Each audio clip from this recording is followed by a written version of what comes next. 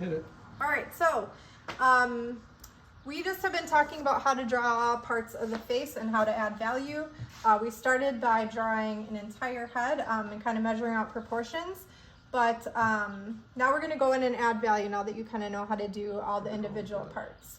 So this was our original drawing, and I remember we looked at where the eyes were halfway down in the head, then we split it up into thirds and drew in the brow bone, bottom of the nose, we put the lips. We learned that the ears were halfway back on the head and how to measure the neck and the chin. So I actually went ahead and redrew this out because sometimes, like we had talked about in previous lessons, when you're talking and drawing, you can't get into your full right brain mode. So I went ahead and tried this again. So we're gonna use my second drawing, which turned out better. Imagine that. Also, drawing something twice, you might do better the second time around. So this is going to be our drawing that we're going to put values on with everything we just learned from breaking it up into eyes, nose, and mouth. I'm going to talk about where shadows would generally fall on a face in normal lighting situations. There's always going to be abnormal lighting situations, and then you're just going to have to look at your drawing, but with normal lighting. Okay, so we have kind of, like I said, a cartoon head drawn out, but we have it in proportion. So when you're starting to add values onto your face, one that's generally going to stick out is going to be underneath the jaw.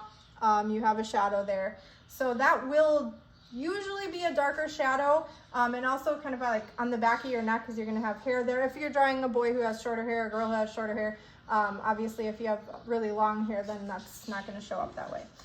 You're also going to have shadows. Bye, buddy. Have a good day at work. You're also going to have shadows that are going to occur, under anything. So like you're going to have shadows that are going to occur under the nose. Oh, I just drew a line there.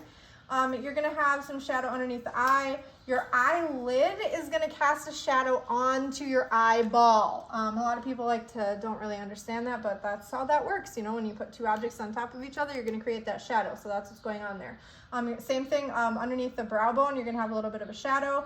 And then sometimes you're going to have like a shadow that occurs kind of the temple area that's going to carry through to the cheekbone. Okay, because if your cheekbones kind of go in on your face a little bit, you're going to have that little bit of a shadow. And then how the hair falls is going to create different shadows too. So like I said, in normal lighting situation, generally that's how the shadows are going to fall. So we're going to look at the darkest shadow. Like I said, I like to go ahead and pick out the darkest areas first so I can kind of have a comparison. So what I like to do or tell my students first is to start value mapping out the different shadows on the face. So I'm looking just for shapes that are going to occur where value is. Okay, so I'm going to actually lightly draw out some of these shadow shapes that are occurring on this boy here. So this is going to be that shadow that is occurring on the jaw. I might draw a little darker than you should so you can see them, but you don't have to draw them so dark. Okay, so let's say this is going to be the stark shadow area on the jaw. Remember to squint. You're going to be able to see your values a lot more clearly. We're going to have this shadow shape that kind of occurs right underneath his little sideburn here. So we have kind of like a U-shaped shadow that's going to go there. Around his eye, he's got a pretty distinct like C-shaped shadow. Kind of comes around his eye and down towards the bottom. So this whole area is going to have some value in it. And then we're going to have a shadow that comes down here. I already have a line there, so I might just leave that as is. We have a little shadow on the back of the nair of the nose right here. And then his lips are going to have shadow. The top one's going to be a little darker, although in this picture they're very similar. You're usually also going to have a little shadow on the chin. So a slight little shadow here. And then we're going to have the shadow that kind of cascades down the back of his neck here. Okay, so those are the main ones that are going to stand out to me right now. We also have some shadows underneath the hair. Maybe I'll put that right there too. So those are the ones that I'm going to kind of go back and fill in behind the ear too. Still picking up. So if your face looks like a big map, that's good. You're kind of making a map of where those values are going to go. Okay, so now I've got it kind of mapped out. Now I'm going to add them in. So I'm going to look for the darkest area. The darkest area is going to be right here behind the ear going into the chin. Now remember we talked about using gradients. So this has a gradient. It's darker here and it lightens up. It's also darker here and it lightens up towards the front. So just like we learned before, all those things that we've already talked about, you are going to apply them here. So I'm just going to use some cross hatching in this area. So I'm going to cross over the lines where I want it to be darker, and maybe I won't cross over so much where I need it to be a little lighter. It's going to kind of create these, the values are also going to create like contours and shapes of the face if you do it correctly, like around the front of the ear. That's going to create kind of the front of the earlobe. All right, we're going to come down here and along the edge of the chin, trying to be nice and gentle here. And then I do want this to look a little darker, so I'm going to add a little bit of more lines here. Okay, which is going to take us into behind the ear. So I'm just going to kind of merge this together. Now this has a straighter edge on this shadow here behind the ear. So we talked a little bit in some other lessons about creating soft edges and hard edges. This would be a harder edge here on this shadow. And then as we come down into the neck, it's good to connect your values to, you know, you might have one big value shape that kind of all comes together. That's great. It's good to do that. That's how it's looking. Okay, so we have this one back here behind the hair on the back of the neck. Maybe not quite, maybe it's close. So I'm measuring, I'm doing all my comparing my values. Is this one as dark as that one, yada yada. And then I don't want to have like, I don't want it to look like I have these sharp lines where it goes from dark to light. So a lot of times I'll kind of fade my lines out into nothing. So as I'm kind of pulling out my cross hatching, they'll kind of just fade away. So like on the neck here, there's still some values going on here, but I'm kind of making everything kind of merge together.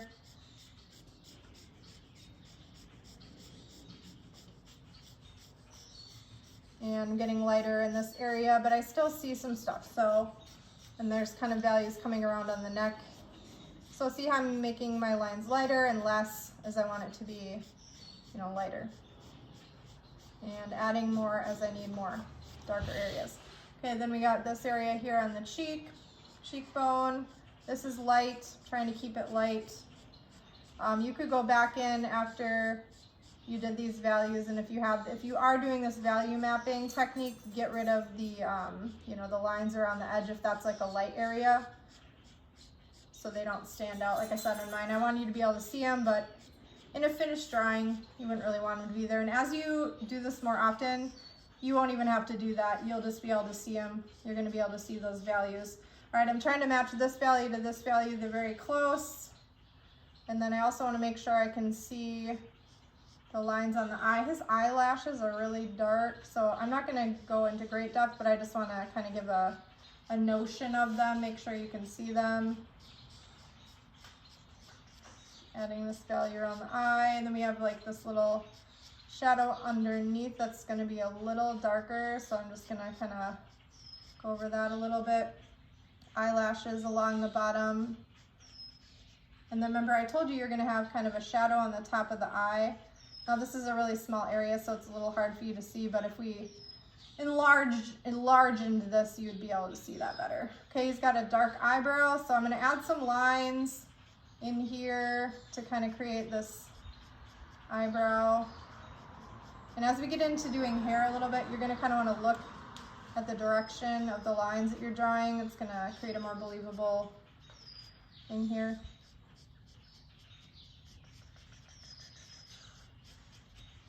Okay, and then this shadow is going to kind of come up all the way next to his hairline. And my lines are a little dark there. I just changed the direction of my charcoal and that got a little darker than I wanted it to be. Oh well. All right, we've got a little shadow in here on the nose. So basically you're just kind of going around the face, looking for these shadow areas, looking for these light areas. Make sure you leave highlights. There's going to be, I didn't talk a lot about where the highlights would be, but anything that's kind of pointed upwards, like the tip of the nose, sometimes you're going to have a highlight there, the bottom lip.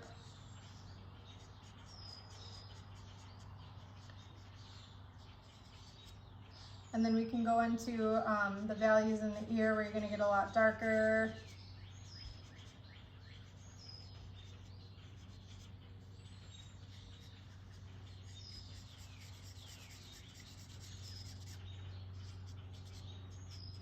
like I said, there's a lot of refining that needs to be done, but there's some of the shadows that you're gonna put on. The next thing I would do is probably go into the hair and start doing the exact same thing I kind of did on the face, but making those different value shapes, but we will talk about that a little later. Okay, let's be done with this. He looks like he got a lot of stitches. Soften some of your edges.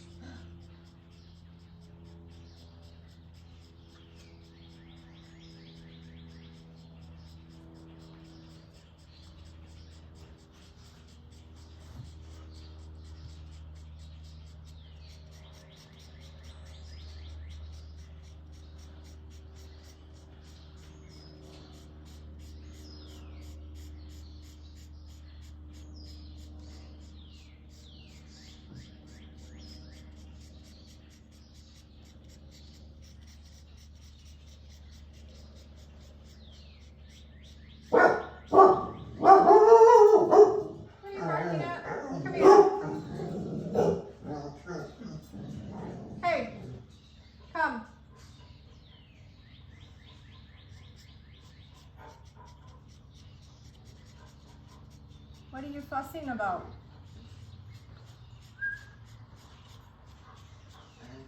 Come.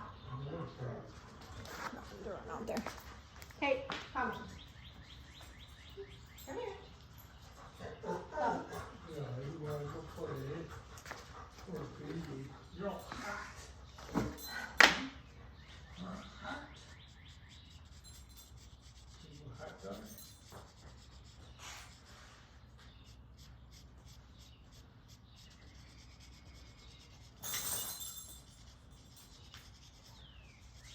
This does not look good.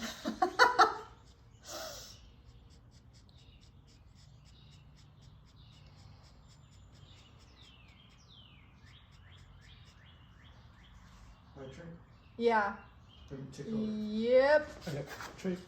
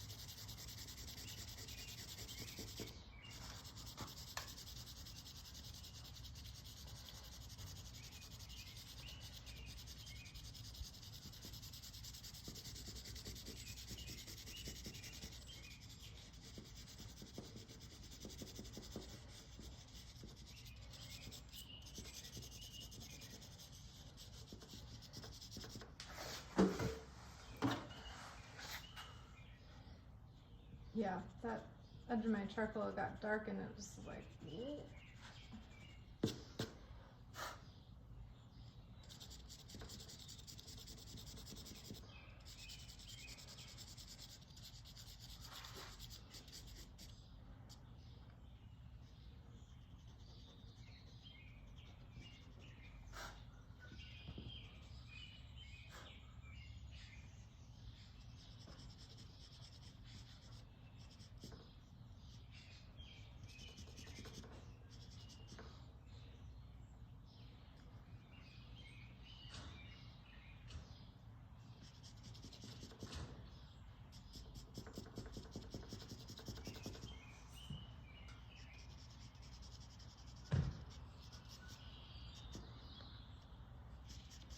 Underneath his nose is actually a weird highlight, yeah.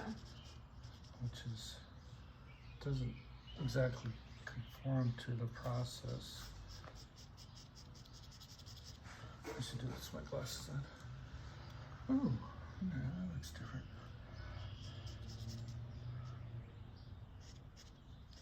There's a little divot that happens here. I always like to put just a little divot mark there. Even sometimes you don't see it.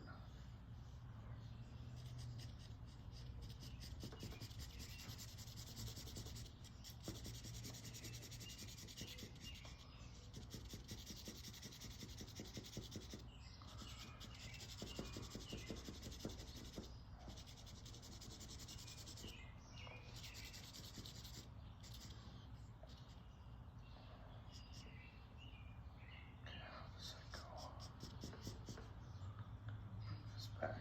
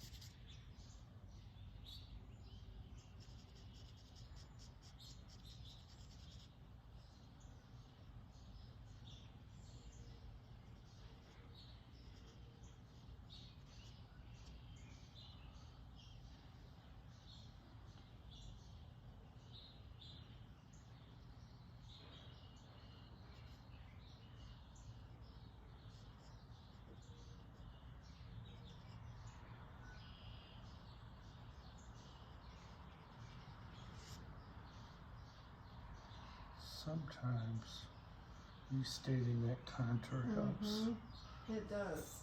a lot.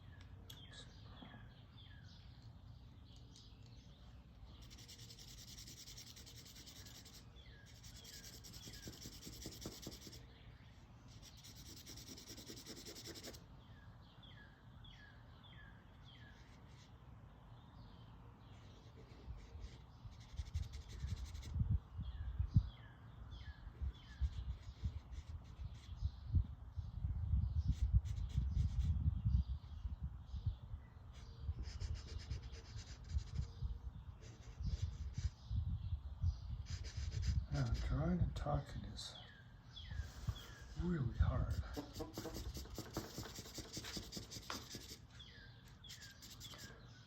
This looks so much better now. And this is where you fast forward. Yep, forward for refinement. Keep going, push through, persevere. Yep, put all those in there.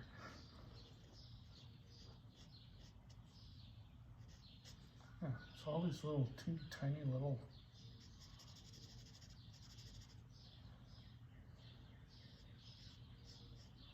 Is that better? It's too dark, but that's okay. Trying to make it so it fits with the rest of it.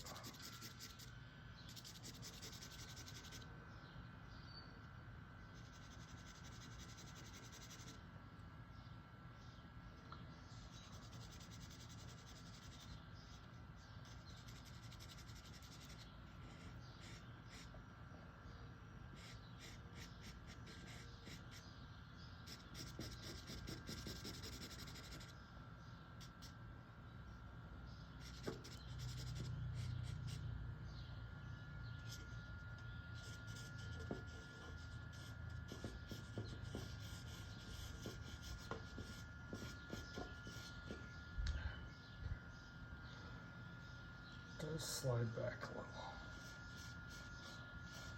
Maybe you add like something on the other end to like hold its place. Like an eraser. Or another piece of charcoal. Yeah, if the charcoal is longer, I think it would work better.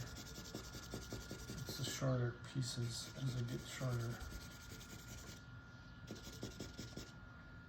I think it's more problematic.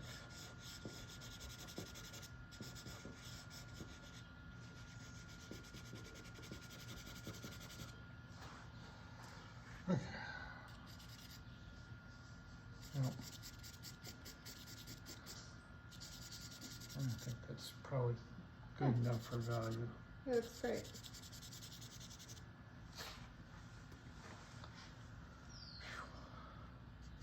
Can't wait till we try to do figures.